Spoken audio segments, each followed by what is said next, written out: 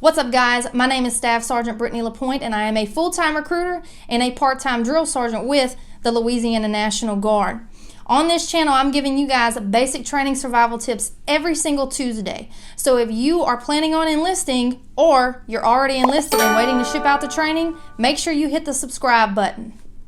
If you're from Louisiana and have questions about enlisting into the Louisiana National Guard, make sure you text me GEAUX GUARD to 318-229-5297. Let's go.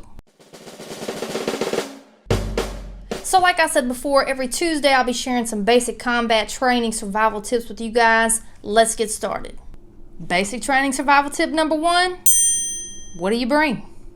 Before the pandemic, packing for basic training was super simple. All you had to do was bring one change of clothes and enough to sustain you for one day. But due to current mitigations, all of that has changed. In order to keep all personnel safe, the Army has now implemented a new phase into Army basic combat training, Yellow Phase. For the first 2 weeks, you may not be allowed to go to the troop store or what we call the post exchange. So it's important to know what to pack.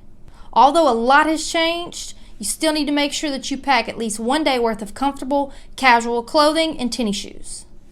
You will be issued PTs, which is the Army Physical Fitness Uniform, upon arrival. Once you get your PTs, your personal clothing and your personal shoes will be taken from you. It'll be locked up safe in a storage closet, not to be seen again until graduation day. The most important thing to remember is that you need to pack enough necessities to last you for at least 2 weeks. Some of these necessities include feminine hygiene items, laundry pods, toothpaste, soap, and shampoo.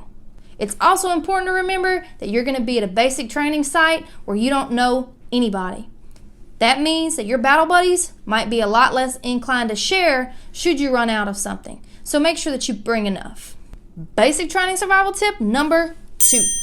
The ultimate biggest fear that I hear from new soldiers who have just enlisted is that they are not in good enough physical shape to make it through Army basic training. When I enlisted in 2009, I couldn't even do one push-up whenever I arrived at my basic training site, and my body hated me for that. So here is a list of a few things that you can do, in my opinion, that will help you physically once you get to your basic training location. Number 1, increase your water intake. If you really want to get in shape before you leave, the most important step to me is to replace some of those fizzy sweet beverages with a good old bottle of water. Number 2, make sure you set realistic fitness goals. You are not going to become a physical fitness stud after working out for 1 day. It's important for you to sit down and make a list of things daily that you can do to slowly improve your physical fitness. As you improve, it's important to raise these goals. That way, you're not just staying stagnant. The military loves bodyweight exercises. You don't have to have some expensive gym membership or some expensive equipment in your garage just to get in the workout that you need to be successful at Army basic combat training.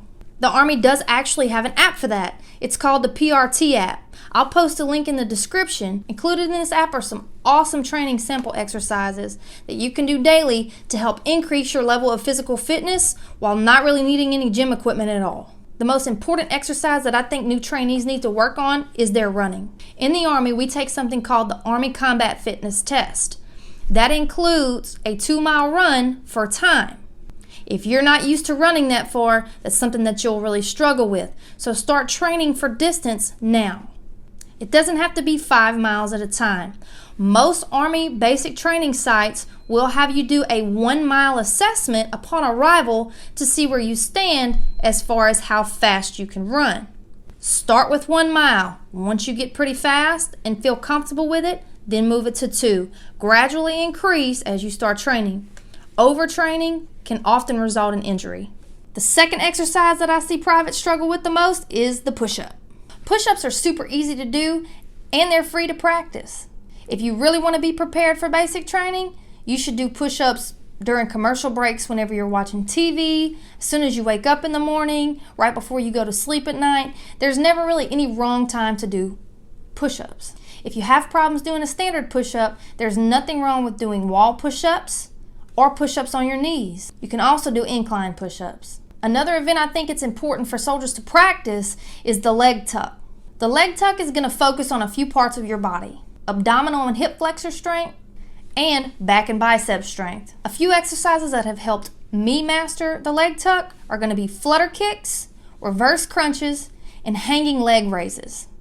The third and final basic training survival tip for today is to learn some drill and ceremony. Drill and ceremony is basically the way that you stand or move your body when given a command. We use it because it represents military bearing, professionalism, and the ability to pay attention to detail.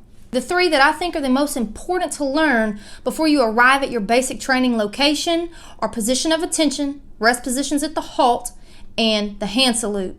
I'm going to include some videos that will teach you how to do all three down in the descriptions. But it's very important to remember these three things. Position of attention is how you stand whenever you're talking to an officer. Parade rest is how you stand when you're talking to a non-commissioned officer like your drill sergeant. And the hand salute is used to render respect to your officers, the flag, and the nation. I hope that today's three tips help you on your journey through basic combat training. Remember, if you're looking for more basic training tips, make sure you hit that subscribe button or follow me on Instagram at Lapoint Legion. See you guys next week.